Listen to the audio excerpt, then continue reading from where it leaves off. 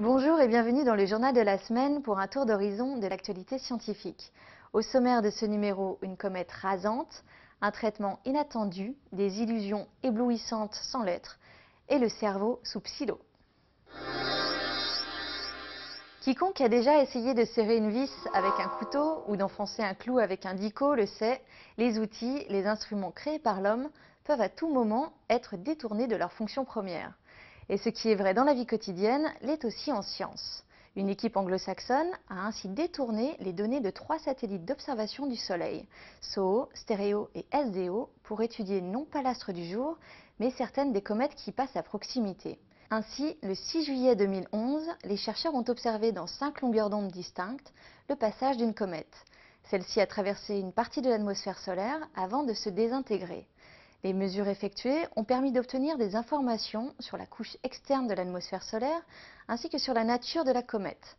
Un point important, car ces données, si elles sont récupérées dans la durée, permettront d'en savoir davantage sur l'origine de ces comètes dont la particularité est de partager la même orbite. D'après une théorie émise au XIXe siècle par l'astronome allemand Heinrich Kreutz, ces comètes rasantes, dites de Kreutz, pourraient être issues d'un objet beaucoup plus gros et qui, d'après des calculs récents, aurait éclaté il y a 2500 ans.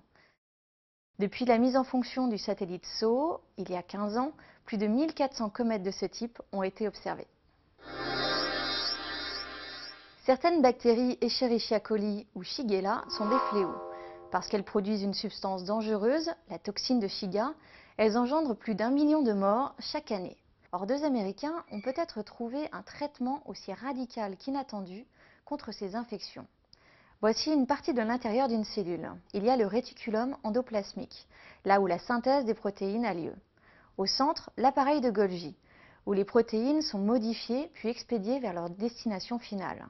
Dans ce système cellulaire, la protéine membranaire GPP130, ici en bleu, fait des va-et-vient entre l'appareil de Golgi et l'endosome, une petite poche qui se forme lorsque la cellule avale quelque chose, comme ici en rouge la toxine de Shiga.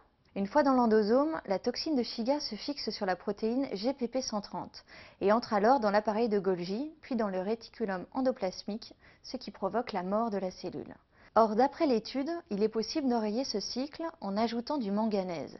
Et pour cause, le manganèse provoque la dégradation de la protéine GPP130. Incapable de se fixer, la toxine de Shiga finit digérée dans les estomacs de la cellule, les lysosomes. Allié à un antibiotique, l'apport de manganèse pourrait donc être un traitement efficace et peu onéreux contre des maladies qui sévissent dans 95% des cas dans les pays en voie de développement.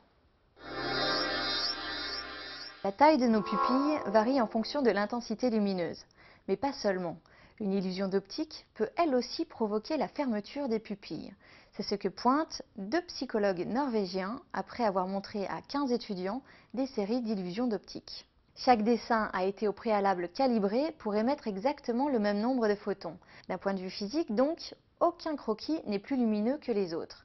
Et pourtant, d'après les mesures du diamètre des pupilles effectuées grâce à un système infrarouge, il apparaît que face à certaines illusions, les pupilles se ferment brutalement, avant de se réadapter progressivement à la réalité. L'ampleur du phénomène est plus faible que si l'œil avait eu affaire à une source lumineuse, mais il est détectable. Pour les chercheurs, les pupilles répondent instantanément à ce que le cerveau croit voir. Il s'agirait d'une sorte de réflexe de protection contre une éventuelle augmentation brutale de la luminosité. Et c'est cette adaptation biologique du système visuel que les illusions d'optique exploiteraient.